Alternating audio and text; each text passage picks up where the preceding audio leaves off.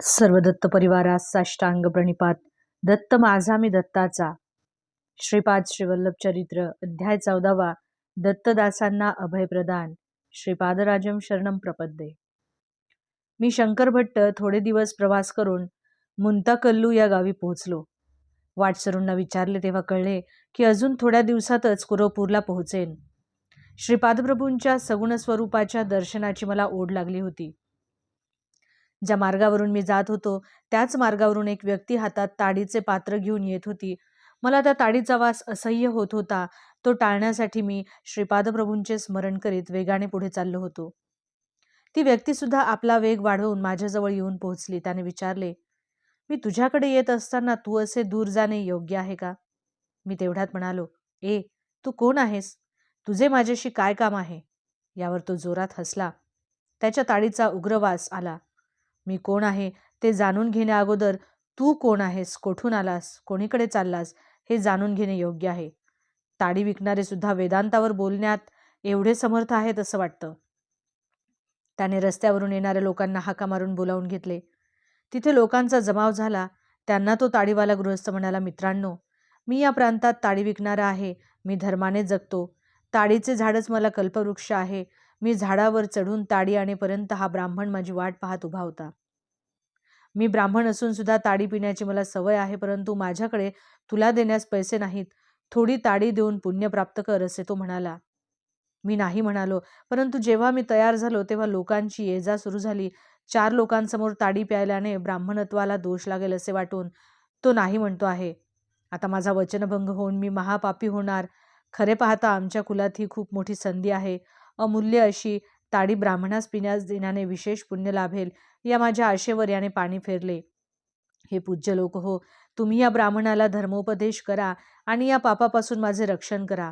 तिथे जमलेले सारे लोक ताडी विकणारे गौड लोकच होते. त्यांनी त्या ताडीवाल्यास दुजोरा दिला आणि त्या ताडीवाल्याने मला ताडी बळजबरीने पाजली. त्यानंतर सगळे लोक निघून गेले. मी अत्यंत दुःखी झालो. उत्तम ब्राह्मण कुलात जन्मून नीच अशी ताडी प्यालो.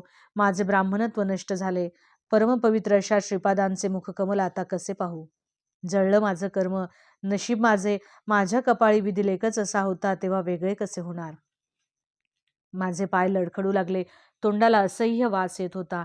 माझ्या नशिबाला दोष देत श्रीपादांचे नाव घेत चालू लागलो. मार्गात एक तपोभूमी दिसली. तिथे कोणी महात्मा राहत होते. त्या पवित्र भूमीत पाऊल टाकण्यास मला लाज वाटत होती.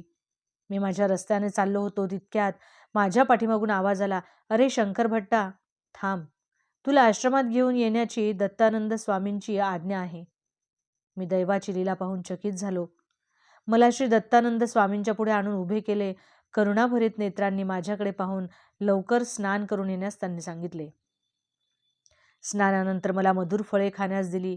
श्री स्वामींनी मला जवळ बोलावून म्हटले, अरे शंकर भट्टा, दत्तात्रेयांच्या 9व्या अवतारातील श्रीपाद श्रीवल्लभांनी तुझ्यावर केवढी करुणादृष्टी आहे.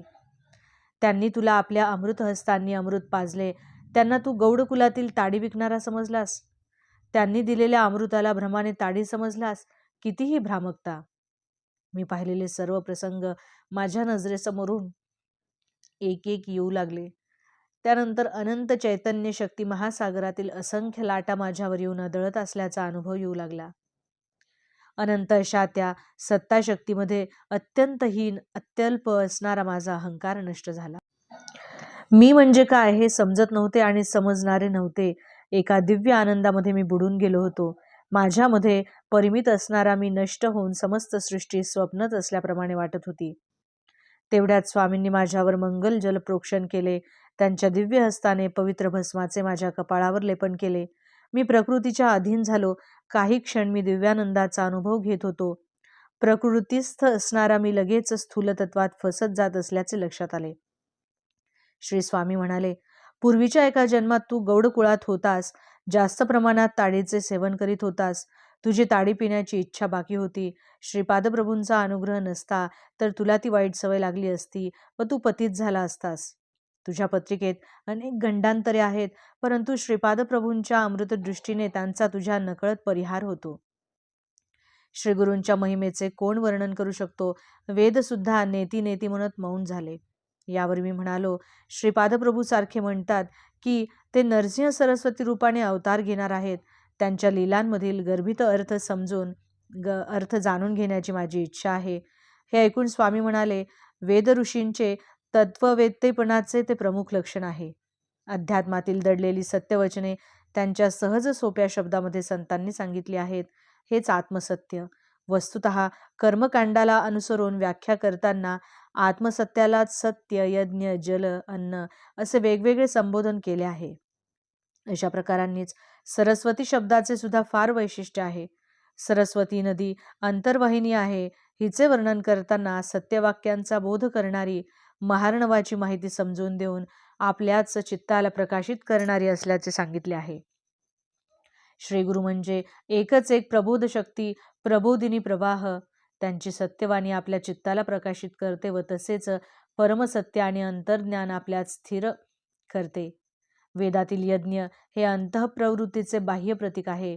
यज्ञाद्वारे मानव ज्याचे ते स्वतःचे असते ते देवाला अर्पण करतो. त्याला प्रत्युपकारा प्रित्यर्थ देवता गोधन अश्व देतात. गोधन म्हणजे तेजसंपदा, अश्व म्हणजे शक्ती संपदा. याप्रमाणे देव आपणास तपशक्ती प्रसाद देतात. वेदातील ज्ञान योग्य असणाऱ्यांनाच समजावे म्हणून अत्यंत गुप्त ठेवले आहे. औदुंबर वृक्षाला दिलेले वरदान, नृसिंह सरस्वतींच्या अवताराचे वैशिष्ट्य. श्री महाविष्णू हिरण्यकश्यपूचा संहार करण्यास औदुंबर वृक्षाच्या लाकडी खांबातून नरसिंहाच्या रूपात प्रकट झाले. त्यांनी प्रल्हादाचे रक्षण केले आणि हिरण्यकश्यपूच्या वधानंतर त्याला राज्यावर बसविले. काही कालानंतर दुभंगलेल्या त्या खांबाला पालवी फुटू लागली आणि पुढे त्याचेच औदुंबराच्या वृक्षात रूपांतर झाले. प्रल्हाद विस्मित होऊन त्या औदुंबराच्या वृक्षाची पूजा करू लागला. प्रल्हादाला एकदा औदुंबराच्या झाडाखाली ध्यानस्थ अवस्थेत बसलेल्या दत्तात्रेयांनी दर्शन दिले व ज्ञानबोध केला. प्रल्हादास द्वैत सिद्धांताविषयी आसक्ती असल्याचे जाणून घेऊन श्री दत्तप्रभूंनी कलियुगात यतिवेश धारण करून दीनजनांचा उद्धार करशील असा आशीर्वाद दिला होता. परमपवित्र अशा औदुंबर वृक्षाने मनुष्याकृती धारण करून श्री दत्तांच्या चरणकमलावर पडून मला सुद्धा वर द्या अशी प्रार्थना केली. तेव्हा श्री दत्तात्रेय म्हणाले, प्रत्येक औदुंबर वृक्षाच्या मुळाशी मी सूक्ष्म रूपात राहीन. तुझ्यामधून नरसिंह देव प्रगट झाल्यामुळे कलियुगात मी नृसिंह सरस्वती नाव धारण करून अवतार धारण करीन असे माझे वचन आहे. स्वामींचे वक्तव्य ऐकून मी म्हटले, महाराज, श्री पीठिकापुरम येथे श्रीपादप्रभूंचे दर्शन घेण्यासाठी आणि त्यांच्या बाललीला ऐकण्यासाठी मन सदैव लालचावलेले असते. श्रीपादांच्या अद्भुत लीला. स्वामी म्हणाले, लहानपणी मला स्पष्ट बोलता येत नसे, शब्द तोत्रे येत, त्यामुळे सगळी मुले माझी थट्टा करीत. मला एका अनामिक आजार झाला. 5 वर्षापासून तो वाढू लागला. 1 वर्ष लोटल्यावर 10 वर्ष उलटल्यासारखे झाले. मी 10 वर्षाचा झालो तेव्हा 50 वर्षांची लक्षणे दिसू लागली. त्यावेळी बापणाचार्यलू पीठिकापुरम येथे यज्ञ करीत होते. माझ्या वडिलांनी यज्ञासाठी मला नेले होते. त्यावेळी श्रीपादांचे वय 6 वर्षापेक्षा जास्त नव्हते. यज्ञासाठी लागणारे तूप जमा करून ठेवले होते. ते एका वयस्क ब्राह्मणाच्या स्वाधीन केले होते. तुपातील 1/3 भाग तो ब्राह्मण घरी लपवून ठेवून उरलेला 2/3 भाग यज्ञासाठी आणीत असे. यज्ञाला प्रारंभ झाला, परंतु तूप थोड्या वेळातच संपत आले. त्यावेळी तूप तयार करणे कठीण होते. हा चिंतेचाच विषय होता. श्री बापणाचार्यालूंनी श्रीपादांकडे हेतुपुरस्पर पाहिले. तेव्हा श्रीपाद म्हणाले, काही चोर माझे धन अपहरण करण्याची योजना करीत आहेत, परंतु मी त्यांचे प्रयत्न सफल होऊ देणार नाही. योग्य वेळीच त्यांना शिक्षा देईन. त्यांच्या घरी पत्नीबरोबर शनिदेवाने राहावे अशी आज्ञा करतो आहे. एवढे बोलून झाल्यावर श्रीपादांनी त्या वृद्ध ब्राह्मणाला बोलावून ताडपत्रीवर असे लिहून दिले, आई गंगा माते, यज्ञाच्या निर्वाहनासाठी लागणारे घृत द्यावे. तुझी बाकी माझे आजोबा व्यंकटबय्या श्रेष्ठी देऊन टाकतील. ही श्रीपाद वल्लभांची आज्ञा. हे पत्र त्यांनी श्रेष्ठींना दाखविले. त्यांनी ते मान्य केले. त्या वृद्ध ब्राह्मणाबरोबर 4 ब्राह्मण पादगया तीर्थावर गेले. ते पत्र तीर्थराजाला समर्पित केले आणि त्यांनी नेलेल्या पात्रात तीर्थाचे जल भरून घेतले. वेदमंत्र म्हणत ते जल यज्ञस्थळी आणले. ते जल आणत असतानाच सर्वांच्या समोर त्याचे शुद्ध तूप झाले. त्या घृताच्या आहुतीने यज्ञाची सांगता झाली. सर्वजण आनंदित झाले. वचनाप्रमाणे श्रेष्ठींनी त्या पात्रात तूप भरून गया तीर्थात समर्पित केले. घृत ओतताना त्याचे पाणी झाले होते. माझ्या वडिलांनी माझी दुस्थिती श्रीपादांना सांगितली. ते म्हणाले, थोडा वेळ थांबा, रोगाचे निवारण होईल. तोत्रेपणा काढून टाकीन. एक घर जळणार आहे, त्याचा मुहूर्त ठरवायचा आहे. प्रभूंची विधाने अनाकलनीय होती. तेवढ्यात तो वृद्ध ब्राह्मण आला. तूप चोरल्यामुळे काही हानी झाली का ते पाहण्यास आला. काही झाले तरी श्रीपादांच्या दर्शनाने चांगलेच घडेल असा त्याला दृढ विश्वास होता. श्रीपाद प्रभू त्यास म्हणाले, आजोबा, तुम्ही मुहूर्तशास्त्रात पारंगत आहात. एका घराला परशुराम प्रीती नष्ट करायची आहे, त्यासाठी योग्य मुहूर्त काढायचा आहे. तेव्हा तो वृद्ध ब्राह्मण म्हणाला, गृहनिर्माणासाठी, भूमिपूजनासाठी मुहूर्त असतात, परंतु गृहदाहाला मुहूर्त नसतात. श्रीपाद म्हणाले, चोरी करायला गृहदाहाला मुहूर्त कसे नसतात? तो वृद्ध ब्राह्मण म्हणाला, तसे मुहूर्त असल्याचे मी ऐकले नाही. श्रीपाद म्हणाले, आजोबा, किती शुभ वार्ता सांगितलीत. परमपवित्र अशा यज्ञासाठी जमवलेले तूप एका धूर्ताने चोरून नेले आहे. अग्निदेवाला भूक आवरली नाही. धर्मानुसार त्यांना मिळावायला हवे असलेले तूप न मिळाल्यामुळे ते घर जाळून आपली भूक भागवित आहेत. अग्निदेवता आनंदाने उड्या मारित आहेत. श्रीपाद प्रभूंचे बोलणे ऐकल्यावर त्या वृद्ध ब्राह्मणाचा चेहरा पडला. श्रीपाद म्हणाले, तुझे घर भस्मासात झाले, त्याचे थोडे भस्म घेऊन ये. श्रीपादप्रभू अनुग्रह करून वरदान देतात, तसे संतापाने नष्ट करतात हे ब्राह्मणास माहीत होते. तो काही एक शब्द न बोलता भस्म झालेल्या घराचे भस्म घेऊन आला. ते भस्म पाण्यात टाकून ते पाणी पिण्याची प्रभूंनी मला आज्ञा केली आणि 3 दिवसपर्यंत असे करण्यास सांगितले. आम्ही श्री बापणाचार्यालूंच्या घरी 3 दिवस राहिलो आणि ते भस्मयुक्त पाणी प्यायले. माझा तोत्रेपणा पूर्णपणे नाहीसा झाला आणि मी स्वस्थ झालो. श्रीपाद प्रभूंनी आपला दिव्य हस्त माझ्या मस्तकावर ठेवून शक्तिपात करून मला ज्ञानदान करून धन्य केले. त्यानंतर ते म्हणाले, आजपासून तू दत्तानंद या नावाने प्रसिद्ध होशील. गृहस्थाश्रम स्वीकारून लोकांना तारशील, धर्मबोध करशील. तू आणि हा वृद्ध ब्राह्मण मिळून गेल्या जन्मी व्यापार करीत होतात. व्यापारात वैषम्य आल्याने एकमेकांचा नाश करण्याचे दोघे प्रयत्न करीत होते. एके दिवशी या वृद्ध ब्राह्मणाला घरी बोलावून प्रेमाने खीर खाऊ घातलीस. त्या खिरीत विष कालवलेले त्या ब्राह्मणास माहीत नसल्याने त्याने ती खीर पूर्ण खाल्ली आणि काही वेळाने तो मरण पावला. तुला माहीत नसताना त्या वृद्ध ब्राह्मणाने तुझे घर काही लोकांकरवी जाळले आणि ते जळून भस्म झाले. तुझी पत्नी त्या आगीत जळून मेली. घरी आल्यावर सर्वनाश झालेला पाहून त्या धक्क्याने हृदय बंद पडून तू मरण पावलास. पूर्वजन्मात विषप्रयोग केल्यामुळे या जन्मी अशा विचित्र व्याधीस बळी पडलास. तुझे घर पूर्वजन्मी याने जाळले असल्याने याचे घर या जन्मी जळून खाक झाले. या लीलेने मी तुम्हा दोघांना तुमच्या कर्मबंधनापासून मुक्त केले. श्रीपादप्रभूंचा अनुग्रह प्राप्त करून मी माझ्या घरी परतलो. त्यांच्या कृपेने वेदशास्त्र संपन्न पंडित झालो. त्या वृद्ध ब्राह्मणास नरसिंह वर्मांनी नवीन घर बांधून दिले. श्रीपादांच्या कृपाप्रसादाने दोघांना कर्मबंधनाचा विच्छेद होऊन दोघांचे भले झाले. श्रीपादप्रभूंच्या लीला अत्यंत दिव्य व अगाध आहेत. दत्तानंद पुढे म्हणाले, अरे शंकर भट्टा, सर्व देवता तेजातून निर्माण झाल्या आहेत. आदिती माता हीच सर्व देवांची माता आहे. देवताच मानवाच्या प्रवृत्तीला, विकाराला कारक आहेत. देवता मानवाला तेज देतात. मानवाच्या आत्म्यावर दिव्य चैतन्य संपदेचा वर्षाव करतात. त्या सत्यपोषक असतात. तेच सत्यलोकाचे निर्माते आहेत. मानवाच्या संपूर्ण मोक्षाला, अव्याज आनंदाला कारणीभूत होतात. ब्राह्मण भूलोकीच्या देवता. सर्व देवता मंत्रस्वरूप आहेत. हे विश्व देवाधीन आहे. अशा प्रकारे देवता मंत्राधीन आहेत. ते मंत्र सद्ब्राह्मणांच्या अधीन आहेत. म्हणून ब्राह्मण भूमीवर देवता समान आहेत. शब्द हा साधारणपणे पंचेंद्रियांनी ग्रहण करता येतो. शब्दप्रकाश, गहन, स्पर्श, शीतोष्ण, विस्तृती, बलप्रयोग, वेग, गमन वगैरे अत्यंत थोड्या प्रमाणात असलेले प्राथमिक भाव निवेदन करण्यासाठी मानवाच्या उपयोगात येतात. भाषेची प्रगती होत असताना क्रमाने भाषेमध्ये भावाची विविधता, निश्चितता वाढीस लागते. यासाठी अस्पष्टतेतून निश्चित असे निश्चलतत्व, भौतिक अंशामधून मानसिक अंशामध्ये, व्यक्तातून अव्यक्त भावना, अशा पद्धतीने भाषेची वृद्धी होऊन वाढू लागते. पवित्र ग्रंथ पठन विशेष फलदायी. तुमचा श्रीपाद प्रभूंचे दिव्य चरित्र संस्कृत भाषेत लिहिण्याचा मानस अत्यंत स्तुत्य आहे. हा संस्कृत भाषेतील ग्रंथ कालांतराने तेलुगू भाषेत अनुवादित केला जाईल. अनुवादित केलेल्या ग्रंथाच्या पठनाचे फल व मूळ ग्रंथाच्या पठनाचे फल सारखेच आहे. श्रीपाद प्रभूंचे चरित्र कोणीही कोठेही पठन केल्यास स्वतः श्रीपाद प्रभू तिथे सूक्ष्म रूपाने राहून ते श्रवण करतात. या संबंधीची एक कहाणी सांगतो, सावधान होऊन ऐक. श्रीपाद 7 वर्षांचे झाले त्यांची वेदोक्त त्यांचा वेदोक्त विधीने उपनयन संस्कार झाला. त्या काळात संपन्न गृहस्थांच्या घरी असे कार्यक्रम असले म्हणजे चोहीकडे अत्यंत आनंदाचे वातावरण असे. बापनाचार्यूंच्या आनंदाला तर सीमा नव्हती. त्यांनी आपल्या जाती बांधवांना दत्तचरित्र ऐकण्यासाठी आमंत्रित केले होते. ते सर्वजण मोठ्या उत्सुकतेने दत्तचरित्र ऐकण्यास आले होते. दत्तदासांनी दत्तचरित्र सांगण्यास सुरुवात केली. ते म्हणाले, पूर्वयुगात अनुसूया आणि अत्री महर्षी या परमपावन दाम्पत्याला एका पुत्ररत्नाची प्राप्ती झाली. त्याचेच नाव दत्तात्रेय असे ठेवले होते. तेच परमज्योती दत्तात्रेय सध्या या कलियुगात श्रीपाद श्रीवल्लभ या रूपाने पिठिकापुरममध्ये अवतरले. त्या महाप्रभूंचे आज उपनयन झाले. उपनयनानंतर दिव्य तेजस्वी असे आपले प्रभू अधिकच तेजपुंज दिसू लागले. अशा दीनजन उद्धारक असणाऱ्या प्रभूंचे नित्य मांगल्य होऊ दे.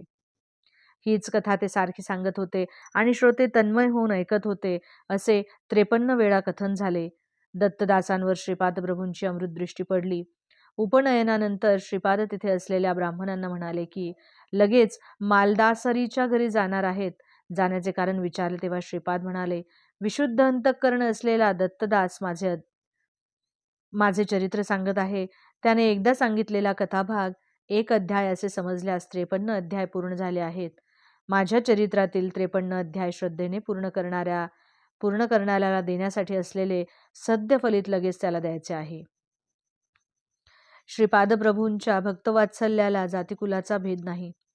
श्रीपादप्रभूंना दत्तदासांकडे जाण्यासाठी ब्राह्मणांनी अनुमती दिली नाही तेव्हा श्रीपाद क्रोधावेशाने म्हणाले, तुम्ही कोणालाही पंचम म्हणून नीच जातीच्या लोकांना क्रूरतेने दाबून टाकीत आहात. परंतु त्यांच्यावर माझा कृपाकटाक्ष जास्त असल्याने येणाऱ्या शताब्दीमध्ये ते उन्नत स्थितीत राहतील आणि तुमचे ब्राह्मणत्व, तुमचे अधिकार त्यांची सेवक वृत्ती धारण करून धर्मभ्रष्ट कर्मभ्रष्ट होतील.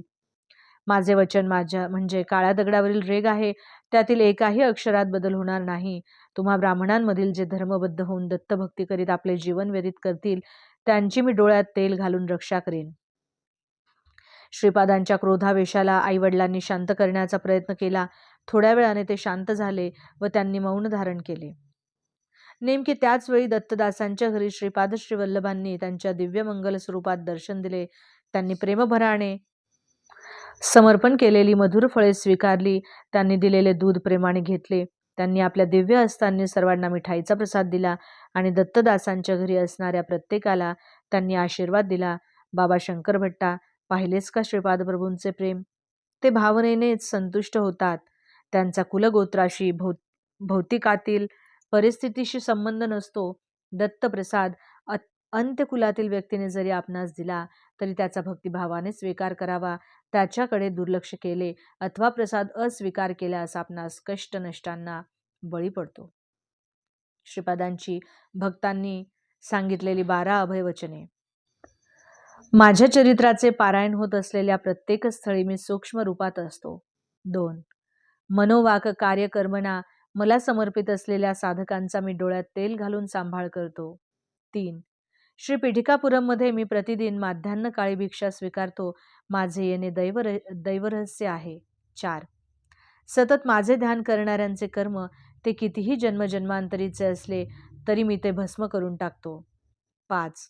अन्न हेच परब्रह्म. अन्नमो रामचंद्राय. अन्नासाठी तळमळणाऱ्यांना अन्न दिल्यास मी त्या दात्यास नक्कीच प्रसन्न होतो. 6. मी श्रीपाद श्रीवल्लभ आहे. माझ्या भक्तांच्या घरी महालक्ष्मी तिच्या संपूर्ण कलेने प्रकाशित असते. 7. तुमचे अंतःकरण शुद्ध असेल तर माझा कटाक्ष सदैव तुमच्यावर असतो. 8. तुम्ही ज्या देवता स्वरूपाची आराधना कराल, ज्या सद्गुरूंची उपासना कराल ती मलाच प्राप्त होईल. 9. तुम्ही केलेली प्रार्थना मलाच पोचते. माझा अनुग्रह आशीर्वाद तुम्ही आराधिलेल्या देवतेच्या स्वरूपाद्वारे तुमच्या सद्गुरूंद्वारे तुम्हाला प्राप्त होतो. 10. श्रीपाद श्रीवल्लभ म्हणजे केवळ नामरूपच नाहीत, सकल देवता स्वरूप समस्त शक्तीचे अंश मिळून माझे विराट स्वरूप अनुष्ठानाद्वारेच तुम्हाला समजू शकेल. 11. श्रीपाद श्रीवल्लभ हा माझा संपूर्ण योग अवतार आहे. जे महायोगी महासिद्ध पुरुष माझे नित्य ध्यान करतात ते माझेच अंश आहेत. 12. तुम्ही माझी आराधना केली तर मी तुम्हाला धर्ममार्गाचा कर्ममार्गाचा बोध करतो. तुम्ही पतित होऊ नये म्हणून सदैव मी तुमचे रक्षण करतो. श्रीपाद श्रीवल्लभांचा जय जयकार असो. अवधूत चिंतन श्री गुरुदेव दत्त. दिगंबरा दिगंबरा श्रीपादवल्लभ दिगंबरा.